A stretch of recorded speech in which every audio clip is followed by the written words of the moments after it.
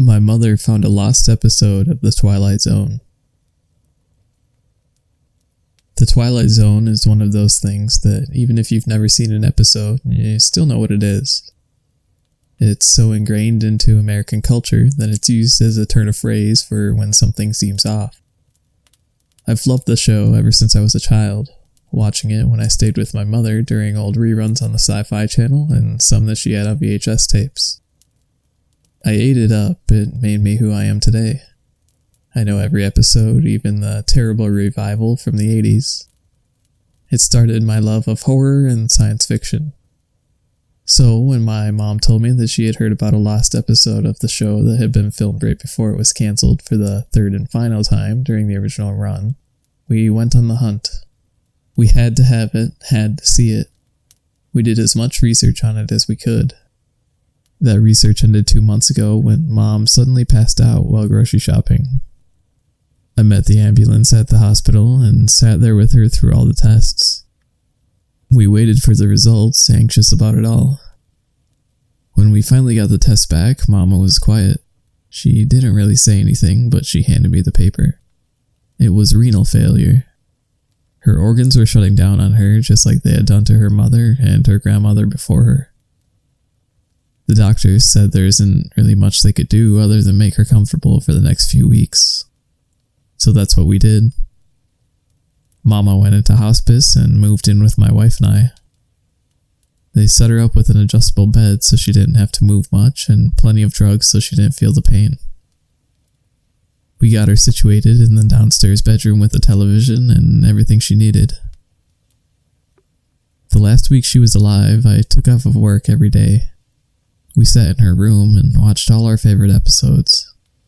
The Monsters Are Due on Maple Street, Four of Us Are Dying, Nightmare at 20,000 Feet, all the classics. Time Enough at Last was playing when she passed away that Thursday night, telling us how much she loved us and how she wanted nothing but the best for us in the future. That was a week ago. We buried her on Tuesday. I started cleaning out her apartment yesterday. To say it hasn't been easy is an understatement. I've broken down so many times just going through Tupperware in the kitchen. Mom was old school and still had the same dishes and pans from when I was young and she was teaching me to cook. It brought back so many memories. I was in the middle of cleaning out her bedroom when I found a package stuffed in her bedside drawer. It was marked for Rod when I'm gone. Needless to say, I couldn't even open it without crying my eyes out. I finally did later that afternoon when I got home. Inside was a letter and an old VHS tape. I unfolded the letter.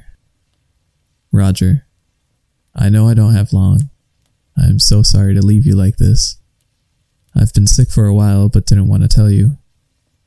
I know you've had a hard time these past few years, but I want you to know that I will always be watching out for you. I found this a while back from a rabbit hole I went down on the internet. I haven't watched it. I think there's a reason it was never aired and want to keep my memories of the show as they are. I hope you enjoy it though and can find some sort of peace with my leaving you this. Love, Mom. The tears started again. The VHS tape had a label on the front reading The Twilight Zone, episode 157, Where We Are, Where We're Going.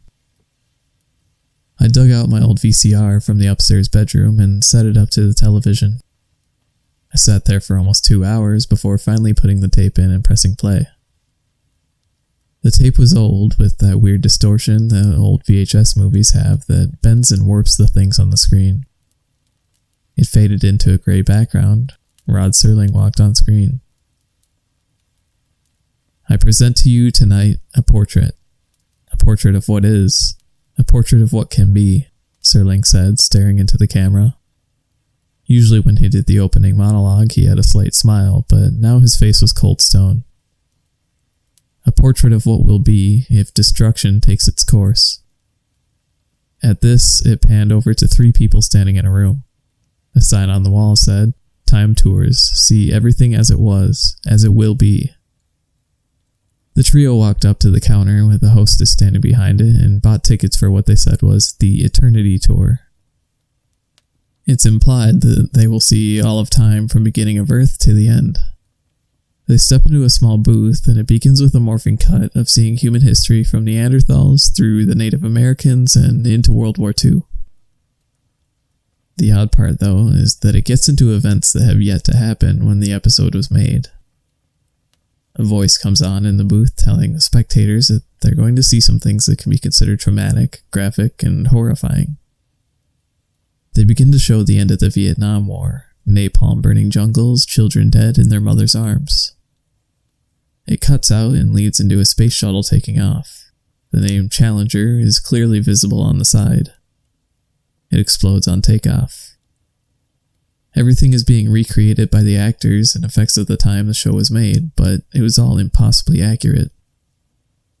Other events come and go. I remember seeing the Cambodian genocide, Operation Desert Storm, the murder of thousands in Syria, the Ukraine, Gaza.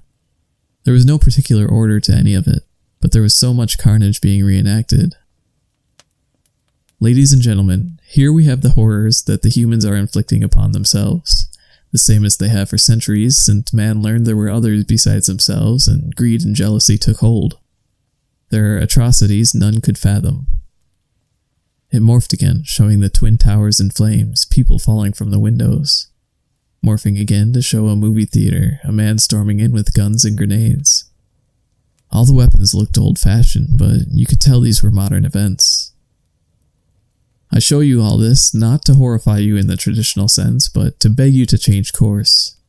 The world will seem bleak, the world will seem hostile, but we as humans must prevail. The final montage was of the trio seeing multiple war rooms for different countries, world leaders squabbling while frightened people stood out in the streets holding their loved ones. Then there was a model of the Earth shown, slowly being lit aflame, explosions popping up on the surface of every country. I show you, for our final show, not the Twilight Zone, but Earth. Thank you, and good night. Serling stepped off camera, leaving behind the image in the background of a world on fire, screams of the dying echoing in the background. I sat there in front of the television with my jaw on the floor. Everything it had shown had actually happened, yet the episode was marked as being made in 1964. Even if it wasn't from then, Serling died in 1975. I'm glad my mother didn't watch this. I'm glad the last thing we told her was that she would be having a grandchild. I fear for my child's safety now. I hope we can prevent this future.